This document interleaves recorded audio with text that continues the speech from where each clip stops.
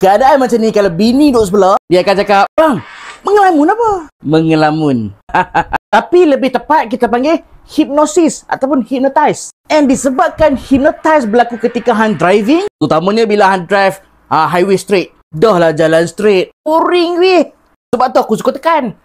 Atau duk nampak highway. Yes, memang nampak highway. Tapi otak dah melayang. Tak fokus pun kita tengah driving time tu.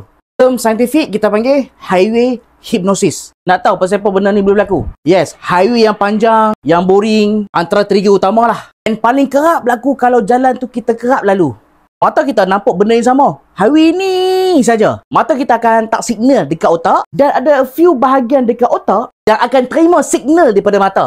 Bahagian otak korang, kita buka tengah-tengah tu, akan nampak bahagian biru ni, anterior cingulate cortex. Dan juga bahagian warna ni, warna hijau ni. Yang ni dorsolateral prefrontal cortex. And ada satu lagi bahagian, buka tengah-tengah tu, insula kita panggil. 3 bahagian otak ni lah yang akan terkesan, maksudnya akan kurang berfungsi apabila korang memandu pada highway yang kerap korang lalu, yang straight, yang bosan. So, bila otak korang menerima mesej pada mata, mata kan nampak highway yang bosan, tak ada kereta, straight saja. Dan lagi teruk bila kita tengok destinasi lagi 200 km, 300 km.